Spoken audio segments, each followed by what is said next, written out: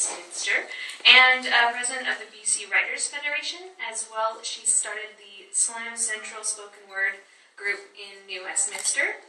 And I invited her here to tell us what she's learned through writing her poems. She's a writer at heart, but when she performs a poem, it's actually quite magical.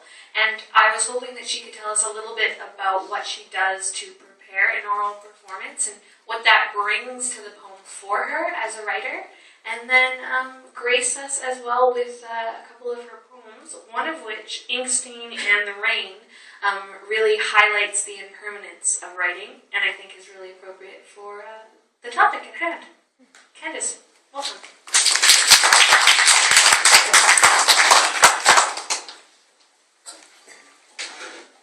Hello, everybody. Yes, poetry and performance and orature. I used to read my poems, and I got so wrapped up in the reading that I found I wasn't really identifying with the audience as much as I would like to. So I thought, well, if I don't believe enough in my poems to recite them, what am I doing writing them? So I decided I would recite them, and then I can actually connect better with the audience and put more feeling into them. So the fact that nobody knows them, if I screw up, nobody's going to know, except me. And then I can just stumble along and you'll never know. So this one, Ink Stain in the Rain, is actually, it became my favorite a couple of years ago, and usually my favorites get bumped out as I write more new ones. But this one's lasted 2 years, and it's still my favorite, so I'm going to do that one for you. The cold wind rapes and scrapes the soft, supple satin drapes in the cave of evening shade.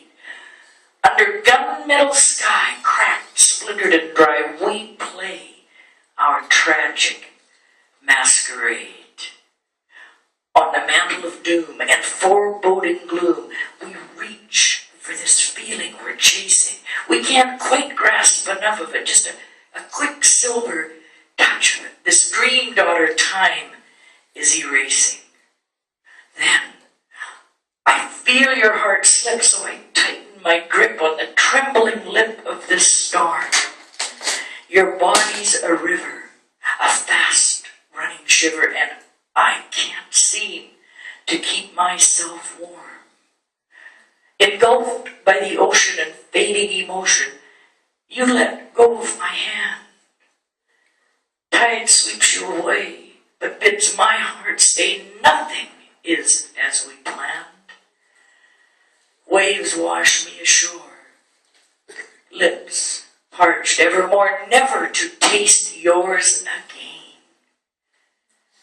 Love letters and pain, left out in the rain, became a faded ink stain.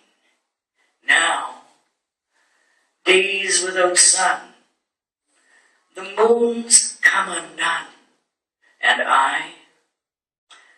I've become the rain.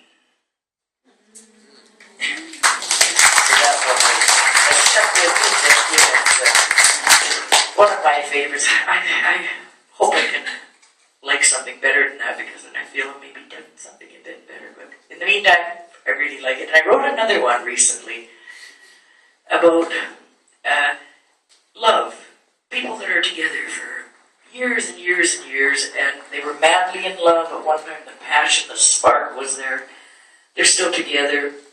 They still love each other very much. But it's not the same. Something's missing. And they kind of go through life in a semi-roommate situation, and I called it This Eve. What shall we do this evening, dear? What shall we do this eve? Shall we stand worlds apart together beside love's tomb and grieve? Shall we tell a tender lie, or shall we shed a tear or two?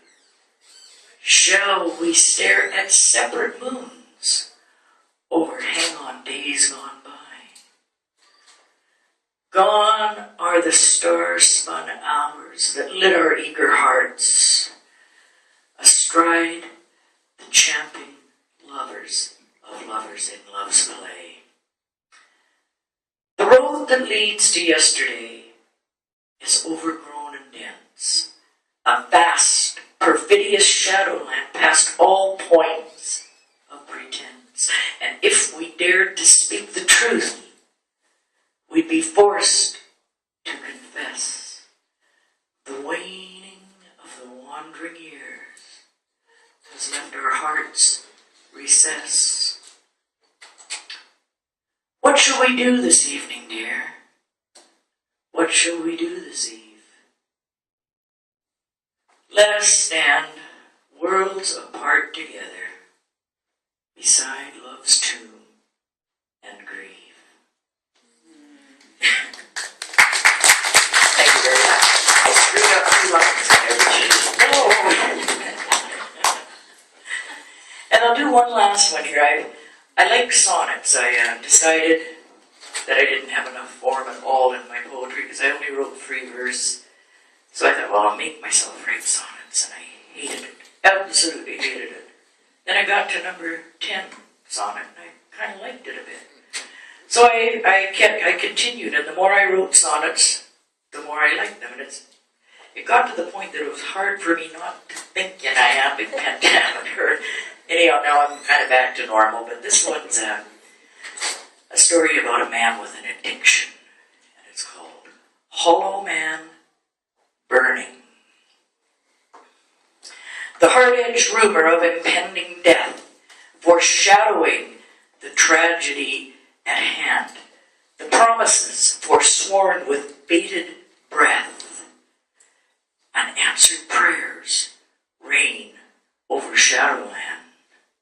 A paper king trades places with a clown, an alcoholic drunkard on the town. A bar stool for a throne, smoke for a crown, and every drink he takes just takes him down. He can't escape, he has nowhere to go, imprisoned in this nightmare of the dead. A mad fool ruling kingdoms wrapped with woe, encapsulated in a web of dread, addicted and enslaved by his desire, a hollow man that burns in liquor's fire. Thanks so much. Happy to perform with you, and I just wanted to say about Orature, it allows the poet to connect with the audience and to give them the poem the way they intended it to feel.